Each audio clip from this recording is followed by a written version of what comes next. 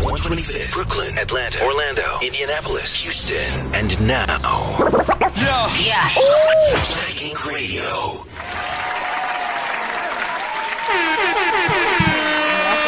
Welcome, everybody. What's going on, y'all? We back in the building. We back again, another Friday, Mold and Clay podcast, where you can catch us every other Friday. At what time, baby?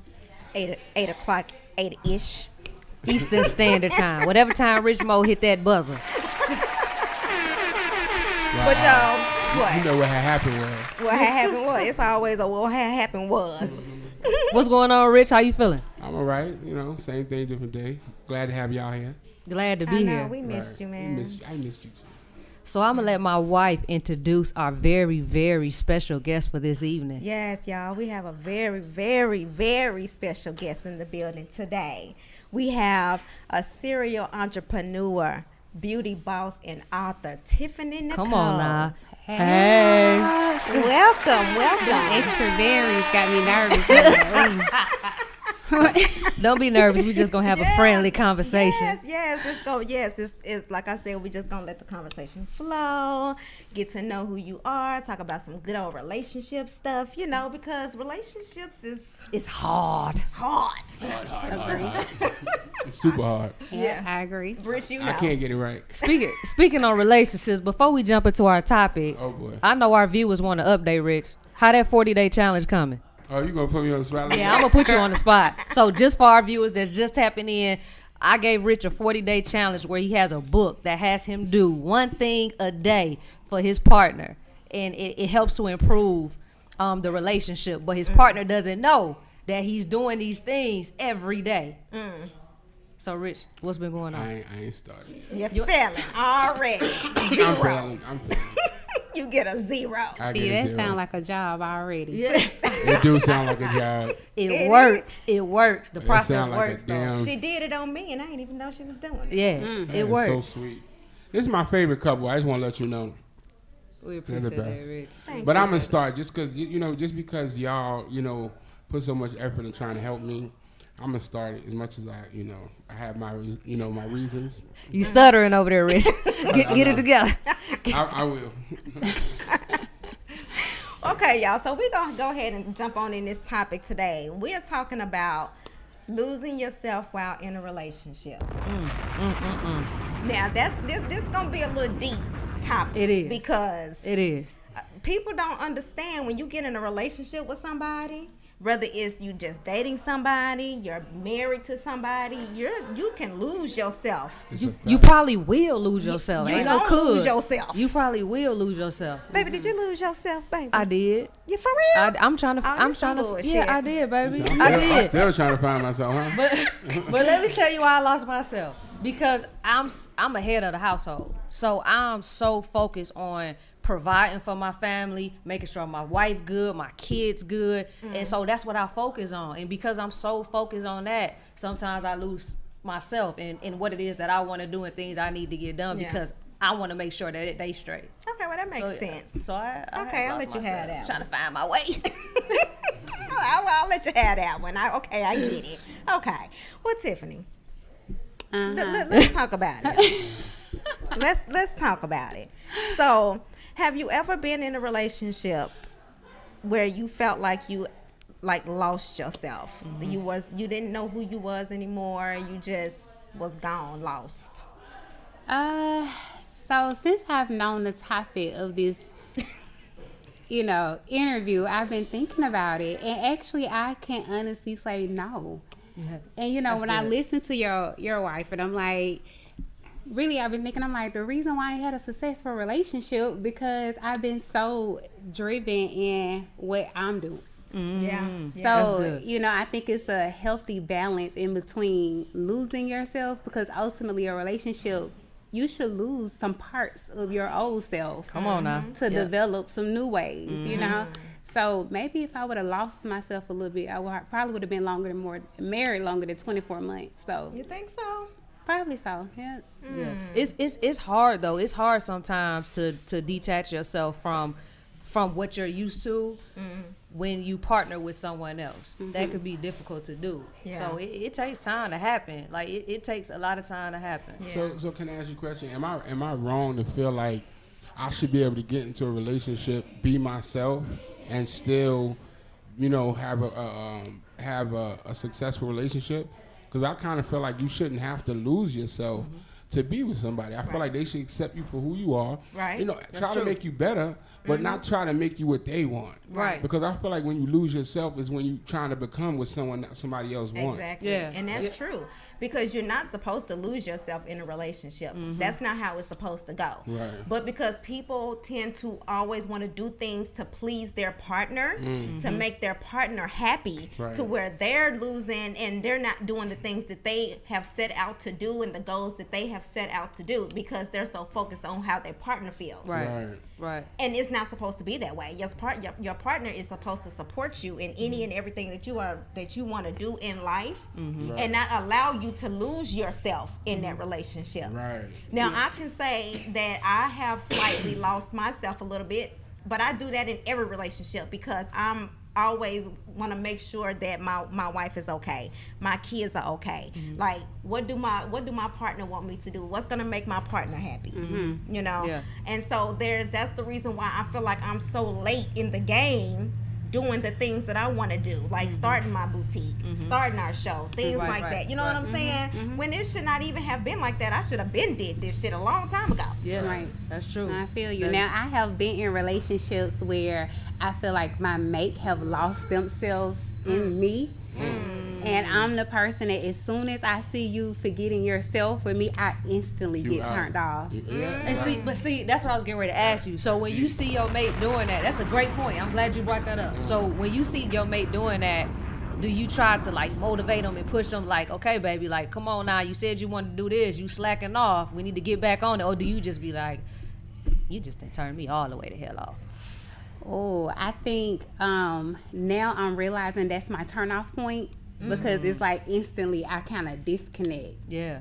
And I'm like, what is that? Why do I get so disconnected? But I think that's what it is because naturally I'm a go-getter. So you're going to have to keep up with me to stay on point. And if you don't and you get lost in the sauce, then it's like, I'm sorry. And that's what it is because you are a go-getter. You want your partner to be the same way. Right. And if they're not, absolutely it's going to be a turn off because you're going to be like, what is your purpose? Right. What are you Like, doing? why are you here? Like, Right. what you doing? Are you like, are you with me because of me?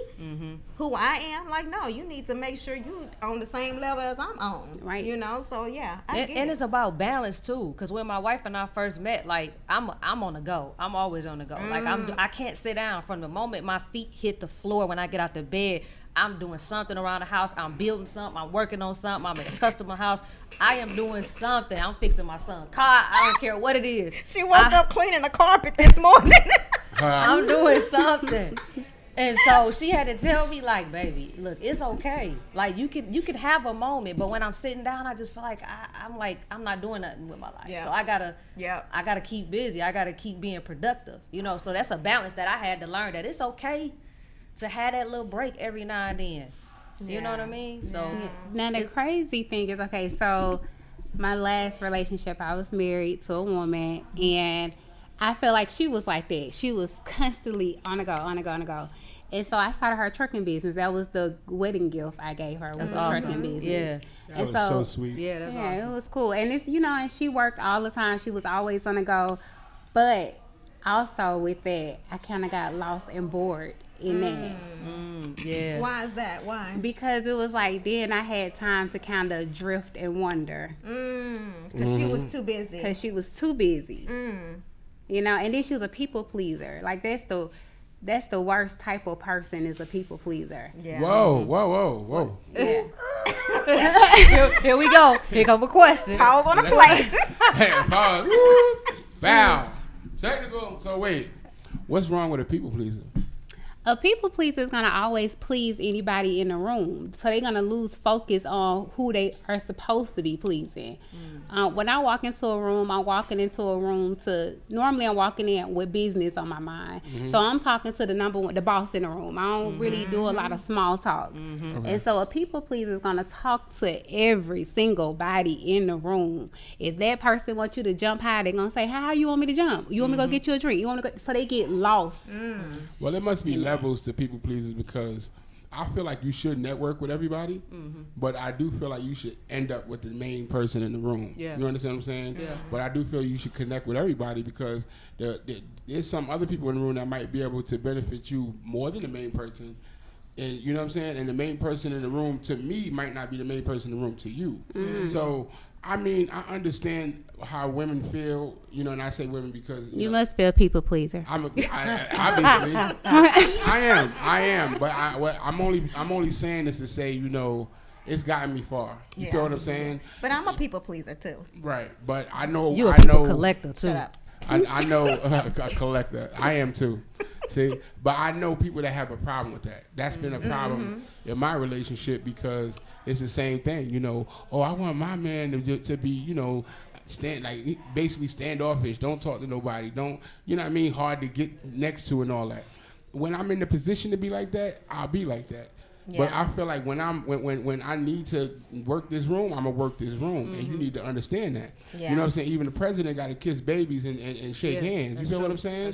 You know, well, business is different, but a people pleaser is it can be any room. True. Yeah. You know, it don't always be about business. It can be anything. You know, they just get caught up in just conversation and somebody celebrating them. You know, it could be, oh, your lipstick look nice, and it's like they're gonna go into a whole 30-minute conversation about their lipstick. Well, that sounds more like an attention seeker than a people pleaser. But most of the time they're about the same. Attention seeker, they're attention whores and people pleasers. Right. Yeah. I mean, I'm definitely a people pleaser, but at the end of the day, I feel like as long as I make you feel special, you know what I'm saying, it shouldn't be that type of issue. And what I did have to learn is, if you do have your mate with you, then you have to limit the people pleasing.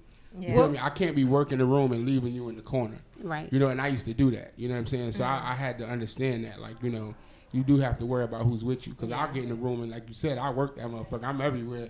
You know, by the time I leave, everybody, hey, Rich was cool. I like Rich. But the person I'm leaving was like, I felt like I was following you all around the whole time. Like, you know, so I get that. And I think you just have to learn how to do that, because people pleasers, that's natural. That's not something we can help. Yeah. You feel what I'm saying? And you got to get with somebody who don't mind that, but you also got to know how to treat that person. That's what I was just getting ready to say. I'm glad that you just said that, Rich, that you got to get with somebody who don't mind that. You got to know your partner and what affects your partner. Because my wife, she just said she a people pleaser. Tread lightly. I got you, baby. I got you. I got you, because I'm trying to get lucky tonight. So I got you. So she just said she a people pleaser, right? Right. And she's a social butterfly. And then me, I'm an introvert. I'm so introvert. Like, she is bringing me out of my shell 100,000%. When I have to speak and I have to talk and I have to network and interact, then I'm going to definitely step up and do that. But I will sit there and watch my wife work the hell out of a room and not trip. Right. Because I know she conducting. Her phone goes off 24/7, and she's always on her phone. We watching a movie.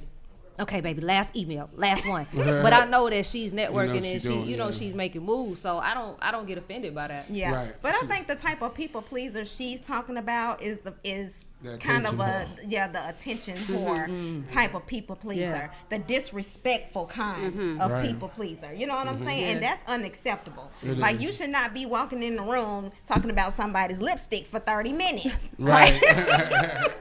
So I can understand where you're coming from. When, I do too. You know, when you said that was an issue and you started drifting off and wondering, having a wondering eye, because that definitely that can happen. And losing yourself can come in different forms. It don't necessarily mean that I'm losing myself because I'm not doing, I'm not in the field that I want to be in. I'm not pursuing my dreams. Losing yourself can mean I lost my voice in a relationship. So if it's something that that you do, and I just keep quiet, and I'm just so timid because I don't want to argue, I don't want to start anything. I'm losing myself. I'm losing who I am because I'm not voicing my opinion on how I really feel. That's so Yeah, true. so You're allowing the people to crush your boundaries, and, Yes. you're not standing up for what you want. Yeah. Because I did that. You know, I allowed boundaries to be crossed, and I thought I was doing the right thing for the relationship, saying, okay, I accepted a lot of things. And then, you know, when the shoe was on the other foot and I wanted that person to accept it, they was like, I'm not accepting that. And don't think because you did it, I'm going to do it. We different. You know what I'm saying? Right. And we not different. I wouldn't accept it either, but I was trying to put my best foot forward. But like the message you're trying to deliver today is, don't do that for nobody. Right. Don't lose Yeah, yourself. Don't let nobody cross your boundaries. I don't care who it is. Right. Not even, nobody. Yeah, that's like the most important word that you said is boundaries. People pleasers don't understand boundaries. That's true. That's true. Right, you're Yeah. right. You know, and so when they don't understand because they so busy trying to please everybody that they kind of forget their own boundaries or they forget their relationship boundaries. Right. So that's the biggest part of it. Yeah. You're absolutely Did you right. voice that? Yeah. You I'm a person. I'm gonna say how I feel. Yeah. Maybe Yeah. too much. What's your sign? Oh, see, I'm on a You a cusp. Gemini? No, I'm on a cusp of Capricorn Aquarius. Okay. It makes sense. Yeah. Yeah. More Yeah. Aquarius than Yeah. Capricorn. No, more Capricorn than Aquarius. I Okay. like to get to the money. I know Oh, that's yeah, right. they do. Yeah. They do. They do. Shout out to the Capricorns out there. They definitely like to get to the money. Yeah. Yeah. Well. Short bomb. So I was like, where I it wasn't go? gonna say I don't know where it I went wasn't gonna either. say nothing. We just gonna rap past Yeah, that. let's act like it didn't happen. Well, it's just, I just feel like, when you're in a relationship with somebody, just don't allow them to lose themselves in any type of way. You should always be supportive to your partner, no matter what it is that they want to do or is doing. Just support them and allow them to be who they are. Allow them to speak when they need to speak, and let them say what they need to say, whether it's hurtful or not, because it might not. Don't let them lose their voice, basically. Right. Don't let them lose who they want to be, and just let them be. Period. And I also want to say, as a recovering people pleaser, A recovering Yes, people. recovery. yes. Hi, my name is Rick. As of today. As of today, I feel like when you're dealing with that type of person and you're trying to explain to them what they're doing wrong as a people pleaser, I think that if you can't deliver it without anger or without emotion, wait till you can. Because when people have approached me about it and talked and came to me with their emotions or with their anger, I didn't accept it well. Because hearing it today sounds a lot different than hearing it from somebody saying, you always in somebody's face. Like, why you always got to be in somebody's face? delivery. Why you had to talk to that bitch for 12 minutes? Why you had to talk to this person? It starts to sound like you're jealous. Yeah. It don't sound like you giving me good advice. Like, bro, you don't look good doing that. Yeah. You shouldn't have been over there. You should have been. Why you didn't talk to that person? Like, if it came from a better place, like, yo, you know what? The other dude, he seems like he was like the CEO. You should have been talking to him.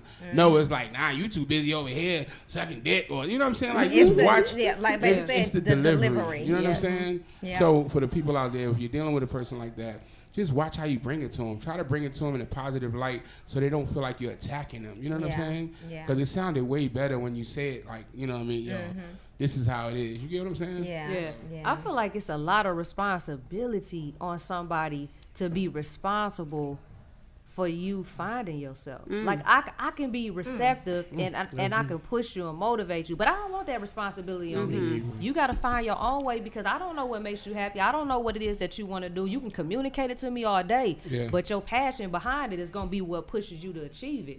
So I don't want that pressure on me. But you know what that comes along with? That comes along with not getting into relationships when you're not healed yet. Or when you come in, or when you broken from something else, or when you just not, like you said, you ain't found yourself yet. You really should find yourself before you try to connect to somebody else. That's so true. You know what I'm saying? So I think that's where that comes from. You get what I'm saying? I don't want to help find somebody either, because that shit hard. You feel what I'm saying? And then that stems from self-love too, Yes, it because does. when a person is not truly whole, it's nothing they can pour out. So the other person Right. just get depleted constantly trying Say to that build again. them up Right. over and over again. it becomes draining. It does. And then it becomes what you said earlier, a turn off. Right. A turn off. Because you just like, I'm tired. Like, And then eventually you lose yourself in that. Yeah. Because you get so lost trying to pull them out of the rabbit hole they in that it's like you completely forget like what's your mission, what's your goals, what you're doing. That is so true. Then with that lack of attention, anybody else could come in and do the littlest things that make you happy. Yep. Yeah. And now you gone with the wrong person. Because they done did some little shit, and it's like, oh, you so nice. Nah, you just. And then you start getting that wondering. Right there you go. That's true. Long bomb. Well, let's. So I got a question for y'all, real quick, baby. So, for our viewers today, how can somebody come back from a relationship? Let's say they still in a relationship. Okay. And they say, I lost myself. I just been so tied up in everything that's going on around me. How does someone take the necessary steps to come back from that, to find themselves? What advice would y'all give to start to learn how to find yourself again? Or do you think once it's gone, it's too late? I think I'm a person of meditation. Like, I believe in being one with myself. If it's a long drive or getting up in the morning, a bath, like whatever, I believe that if you have lost yourself in a relationship, first you need to see where you lost yourself. You know, you need to identify like, what was that made me lose myself? And then after you figure that out, then it's about just falling in love with yourself. Yeah, that's good. You know, like words of aspiration. You know, like really like becoming one with yourself. Because once you build yourself back up, then you can love anybody easily. Yeah. But the question is, how do you do that while still in the relationship? Just do it like Mike. What they asking is, can you or can't you? Because when you pulling back like that, sometimes a person is not gonna want to sit there while you pulling back. They're gonna take it as rejection. They're gonna feel like you're dissing them, and then they might feel like you're doing something else. So while still in a relationship, how do you feel? Do you do that? But that's where communication comes in at, because for me, I just feel like sometimes you have to just do it. You can't worry about how your partner is gonna feel about the situation, because you're doing this for yourself. Right. So you can't even sit there and stress about how they gonna feel about it, but you can't communicate it to them. Like, this is what I'm about to do. This is what I need to do for me. I'm gonna need you to understand that. They might be in just do it. They might be in their feelings at first, but if they see you running and their ass is all the way back there at the start, they gonna be like, shit, I need to catch up to you. Hold on, wait a minute, don't leave me. You know what I mean? I like that. Okay. Yeah, and if they can't do that, then it's a toxic relationship anyway. Man, come on. That's a fact. Yeah, definitely. That's true. But But they can't understand the space. Yeah. But I definitely do think you could come back from finding yourself. You just got to figure out what it is that you lost along the way and what it is that you want to do. Yeah. Make a plan for yourself. Make a plan for yourself. I'm not really a planner. I'm a doer. I don't really like to talk about what I'm gonna do. I just do it. Yeah. So, and then I'm gonna communicate that with my baby, and I'm gonna like, baby, this is what I'm doing. Let's do it. You gonna roll with it? Like, what we doing? What we doing, right? Because sometimes she'll be like, baby, well, wait a minute now. Hold on, pump your brakes. Let's think about this for a minute. I'm the planner. So if she come to me with something, I'm like, yeah, baby, that's good. Let's do that. That's great. That's great. Okay. And then she I'm be like, on go. And I'll be like, okay, I'll be behind the scenes. Okay, I need to do this to make sure we good. But she'll just go. Yeah, I just go. But we balance each other out, though. I see, man. I see. Because I'm covering her tracks and she running. Because she's the person to where she's thinking about everything. And I'm not thinking about shit. I'm just, I'm like, if it fell, it fell. And we going to pick myself back up and do it again. Yep. You know? You got to listen to the song. Y'all know the song. What song? I don't know. It's a song, though. It is. There is a song. I heard One it of before. them. I Right. heard it. Y'all had her back so strong on that. That's teamwork. I love how y'all had her back so strong on that one. Yeah, she said it. I heard it. Because I'm a roaster ass all the way home. What song was you talking about? I'm going to think about it when we leave up out of here, though. I mean, I heard those lyrics. Pick yourself up and do it again. See? That We was heard that before. That's Fantasia. Fantasia. That's Fantasia. And I'm gonna go to YouTube and I'm gonna go to Aaliyah. Okay, you might got it with said Aaliyah. it. Okay. Aaliyah said See, it. I knew it was somebody. I It was a can't. girl. I don't. Yeah. Because I sure was gonna pull up Fantasia playlist and be like, let me see this shit. Right, she got her back. You see how she got her back, right? I think Fantasia got a little song They like must that be too. friends. So They you got friends. two. They friends. Yeah, you got 2 songs. Yeah. Right? Uh-huh. Anyways, And whatever. the imaginary song that you was co-signing in the beginning too. Right? She said, "Yeah, I heard it. I heard it too." Anyway, y'all knew what the hell I was talking about. Anywho, so Tiffany, tell us about what you got going on, honey, because I see you out here in these streets. Wait, you girl. gotta say Miss Tiffany Nicole. Miss Tiffany Nicole. Well, you know, she known me for a long time, so.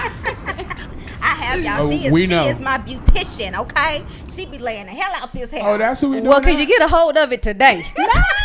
Ooh. I love you, Don't do it like that. I love you, baby. But I wait love a you, minute baby. though, Don't because do she it told me 'Cause you today when get I it put this today. ponytail in, she was like, I'm gonna tell Tiffany that she needs to get a hold to your Yeah. head with this damn ponytail. And don't talk about my ponytail. I know, baby.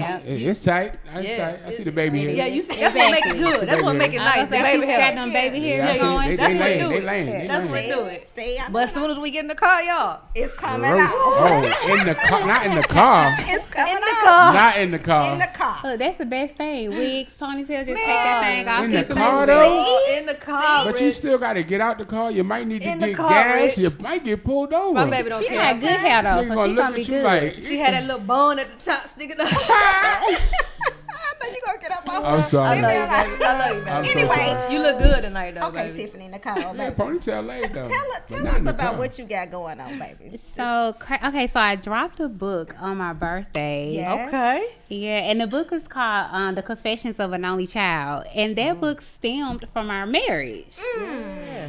So in that marriage, my wife at the time has 4 siblings. Okay. And so being in that relationship, I realized that, you know, the way we viewed life was totally different. It was like I saw everything just kind of like black and white, like yes, no. And then it was like her, she had all of these logics to why she got to do this and that. And it just came down to me like, oh my God, like I had no idea being an only child made me think differently than everybody else. Oh yeah. You know what I call that? What? Only child syndrome. I know it. Yeah. It's a thing, And right? see, I had something totally different in my head. What about the book?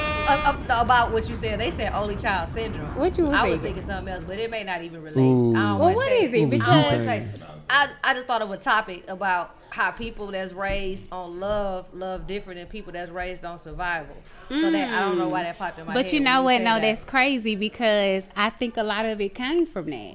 You know, to me, it was like I was smothered in attention and love all the time. And so, you know, like some people say only kid syndrome. And it's like, oh, they talk about themselves all the time. I'm like, well, who else am I going to talk about? Right. You know, You ain't got I'm no like, brothers I've and been sisters, by yeah. myself all my life. You ain't had no Yeah. no cousins. I had cousins, but you know, my cousins, they all siblings. Those is my brothers and sisters. My cousins. Yeah. That's what I did. Yeah. I just made them. You know. Are brothers you an and only sisters. child? No. Yeah. I was only child for 6 years though. yeah. So that's a long time. I felt like it. So even being the only child, it's hard to adopt people as brother and sister because you don't know what they feel What that like. feels like. Yeah. Yeah. You know? It really feels like your cousins too. I'm gonna be honest. If you close to your cousins, it feels the same. I got 2 sisters. I got more than 2. My father has a lot of kids. I have a lot of sisters. I'm the oldest though, so it honestly feels the same because my cousins feel like my brothers and sisters. My daughter has to call them auntie and uncle.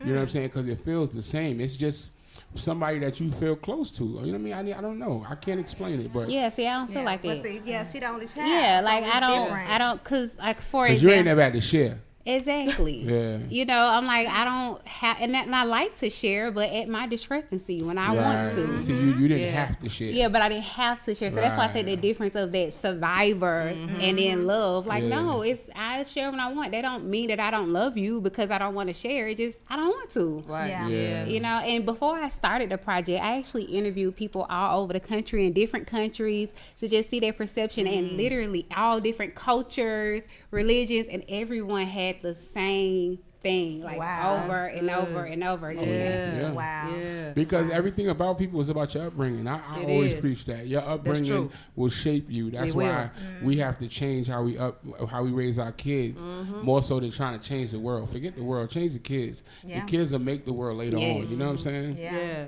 So Yeah, so I'm raising an only child now.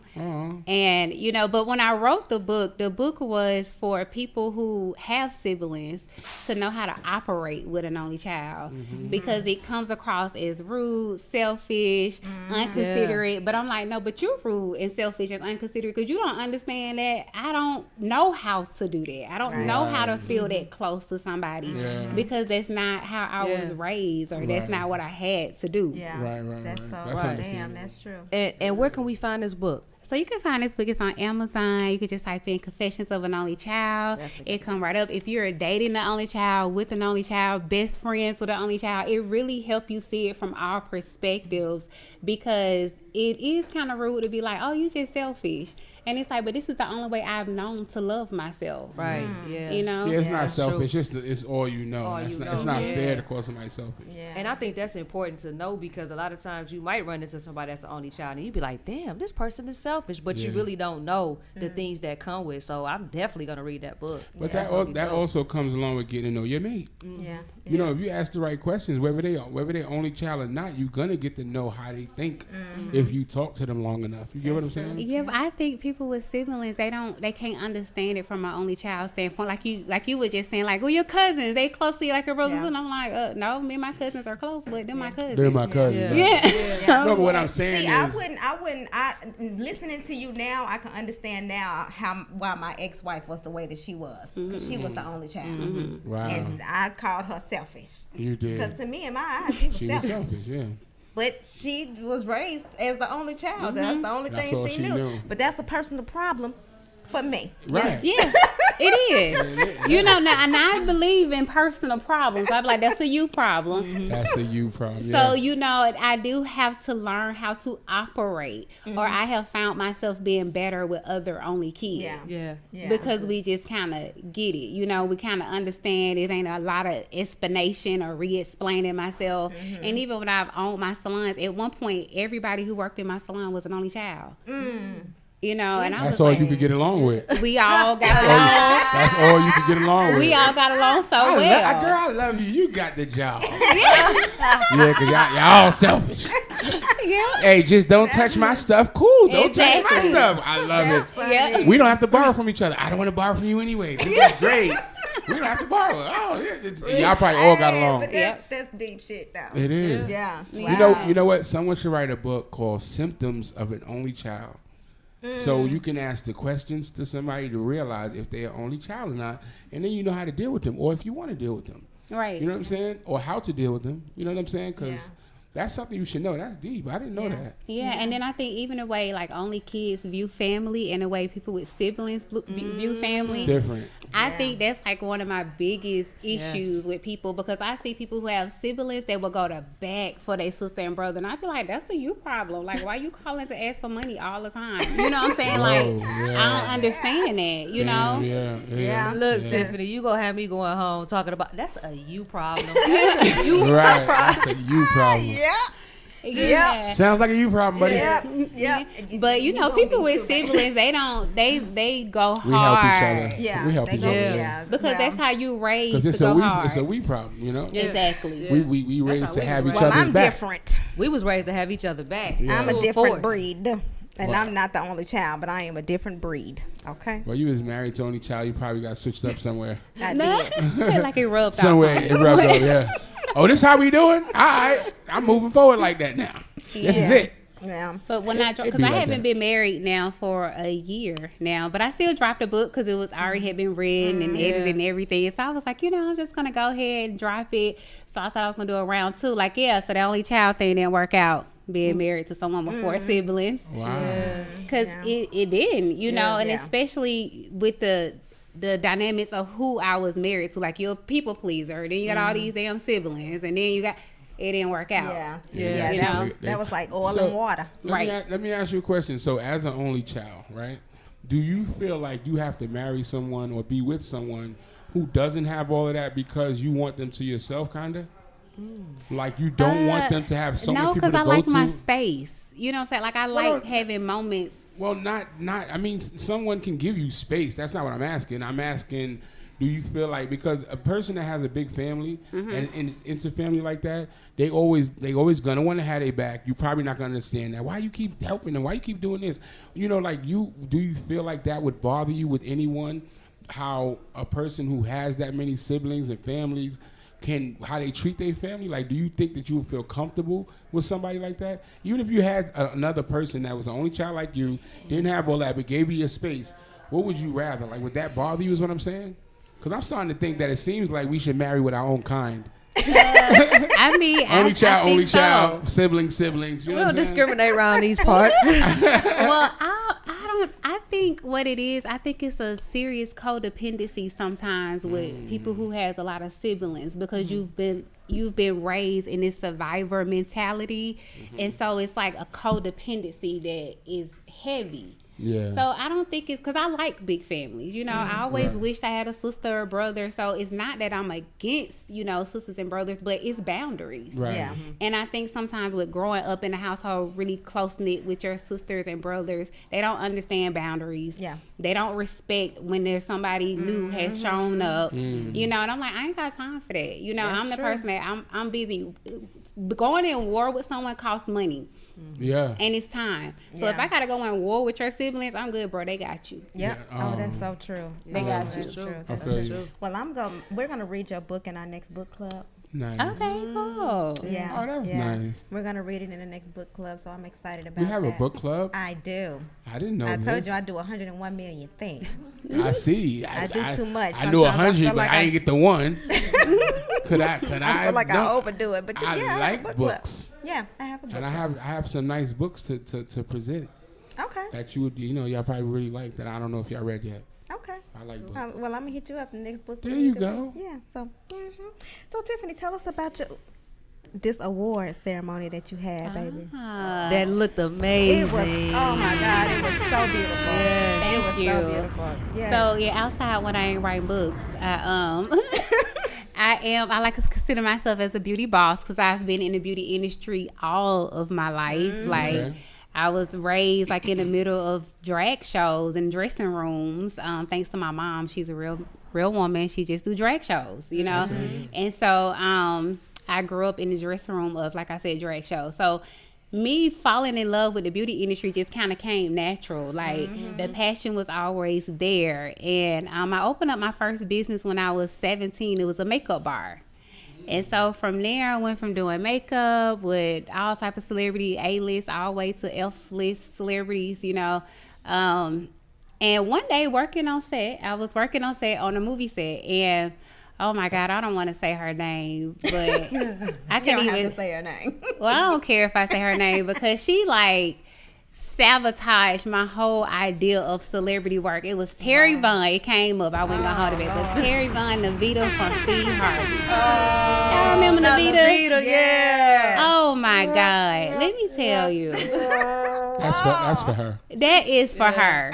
Let me say, so I was working on a movie set, and I was nervous. This was like my first movie set. It was huge. And so I knew what the storyboard was, and it was like, okay, she has to look like this. She was this homely girl, whatever. So doing her makeup very clean, just very homely looking. And so one day in the movie, they was having a party, and Roxy from One Assistant Park came in, and I had to do her makeup like a party girl, because she was like the it girl. And so Terry convinced me and was like, oh, you can give me a little like shimmer on my eye. And I was like, no, I don't think so, because in the script it say that you the homely girl, like you're not supposed to have it.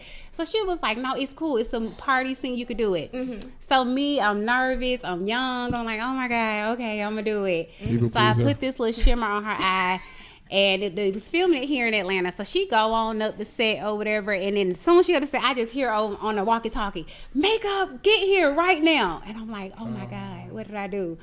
So I get there, girl, I get up to the set, I walk in, and the director is like going off like, why does she have this shimmer on her eyes? She's supposed to look like this. And I was like, she told me to do it. And she was like, no, I did. That bitch. That bitch. Wow. Seriously. Like, Wow. I was devastated. I was so embarrassed. Like, so embarrassed. But what that did to me was, first off, I never wanted to do another movie after that. You know, it was like, it killed my whole thing of wanting to work with celebrities. Yeah. It, like, she completely humiliated me that day. Yeah. But also what it did was, I was like, you know what? Every celebrity, every star I've worked with, you not going to grace no stage without a makeup artist, without a hairstylist, without your glam team. But then it's like, they go to the award show and get the award. Yeah. And I'm like, but you couldn't have been that character without me. Right? That's true. That's true. So, That's true. you know, so I felt like the glam team was being forgot about. So I was like, you know, I want to do an award show that recognized the glam team. That's awesome. That was dope. You know, and so that's what I did, and I was scared as hell, y'all. What? You did did amazing. amazing. I was so scared. I was like, oh my God, I'm finna do this award show. I don't know what I'm gonna do. I don't know how they're gonna respond to it. Because this whole Terry thing happened maybe about 10 years ago. But the award show had always been there. Like, I want to do it. I want this to be like what the Grammys is to the music industry. Right. The Beauty and Barber Awards is to the beauty and barber industry. Well, I put it out there. The first time we put it out, except the nominees, we got over 3,000 nominations from like all over the world. That's Wow. amazing. So I was like, I was like, oh dope. shit, like the whole beauty industry was waiting for Wow. it, you know. And so when we did it, I only think I went in like, I only just want 100 people to show up, and we probably had about 300 to 400 people, like where it was just standing room. We sold out like Wow. 2-3 times. Y'all sold out quick. Yeah. And it was so beautiful. Yeah, I saw the it pictures. was It was so so. beautiful. And my barber, shout out to Ann Banks, won an award. Okay. Well, Aunt was actually honorary guest. I honor Aunt there because I've just had known Aunt for so long in the industry, and we've actually worked on a lot of artists together. Yeah. So yeah, Aunt was actually one of our honorary, you know, guests that was Wow. there. That's That's dope. I bet everybody looked beautiful at that place. There was Oh, nothing yeah, but they makeup They people. look like They money. did. Right. It was. They look like It was. money. Everybody did Okay. makeup. Shit. You know Yeah, what I well, mean? it was hair, makeup, barber. It was the whole industry was there. So who was doing y'all makeup if y'all was the people it is? We are the stars, you know. We just Oh, showed y'all up. just did it yourselves. We just showed up. We already knew what to Who do. did the makeup? Yeah, right? this was probably one of the most beautiful looking events sure. because It you was. had all It of was. the glam team was Yeah. there. Yeah. Yeah, so the theme was Hollywood fine. glam, and they came ready. They came. Yeah. That's They dope. sure did. They look like Hollywood. They sure did. Yeah. I wish I could have saw that. Is it somewhere we could watch it? So we haven't dropped a lot of footage of it yet because we got some plans for the footage. Okay. But on the website, if you go to www.beauty and barber awards, you can see tons of pictures. Like their website is very interactive. It make you feel like you was there. Oh, that's dope. You see everybody who won awards this year we gave out hairstylist of the year, best cutter of the year, barber of the year, barbershop of the year, makeup artist of the year. It's like all the who's who in the industry was, you know. Yeah. Was there. It was. That's it fine. was. That was It dope. was. Well, I'm gonna need your services for April because me and Clay was nominated for an award. And I Rich. saw that. And Rich. And Rich. Uh-oh, for real? Yeah. And Okay. Rich. Yes, We we a was team. nominated for an Yeah. award for That's the Boss dope. Babe Award. So I'm Wow. gonna need you. I got you. I gotta wear a beautiful. suit.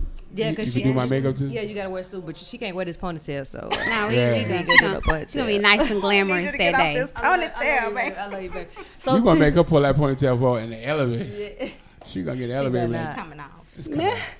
So tell the people what's next for you. What can they expect next from you? So I did the award show. So of course we have another award show coming up. But my absolute baby, what I do is Style Mob University, which is the first HBCU cosmetology school That's that so I awesome. found and I direct.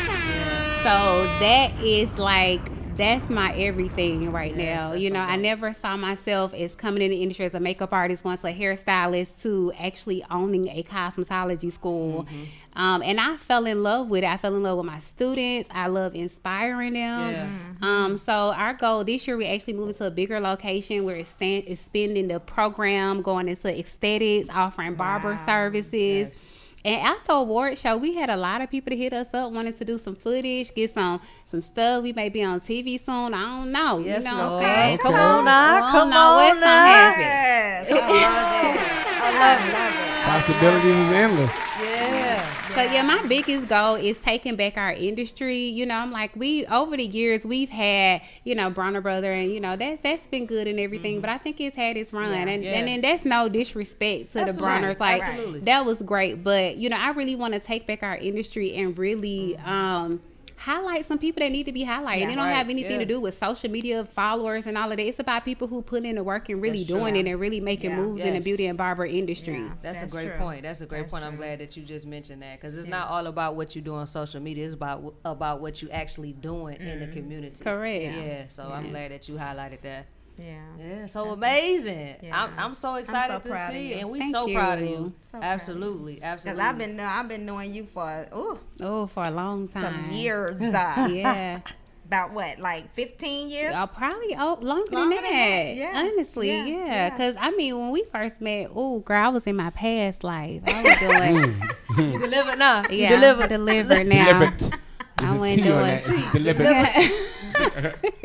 So we've known each other for a long time. It's so crazy because a lot of people has tried to interview me or be like, let me interview you. And I'm interviewing them. They be trying to flip it. I'm like, no, this isn't my interview. But you know, when you hit me up, I was like, I gotta come. Oh, we feel I appreciate that too, because we were so excited. I was like, oh my God, I finally got her to come. And I was like, I gotta catch her. I was like, she be on the move. I gotta catch her, and I caught you. Yeah, so I had to come. So much for We're definitely very grateful. Yeah, no, I'm grateful. It feels good to be able to talk about my story. And even when I seen the topic, I was like, oh Lord, what they finna ask about this relationship? You know, but I'm at a place where I can talk about it and hope to be an inspiration about it. Yeah, absolutely. You know, because even if we going back to that, I feel like to truly love someone is to truly to fall in love with yourself. Right. And at one point you may lose yourself because you don't even know what it feels like to love yourself.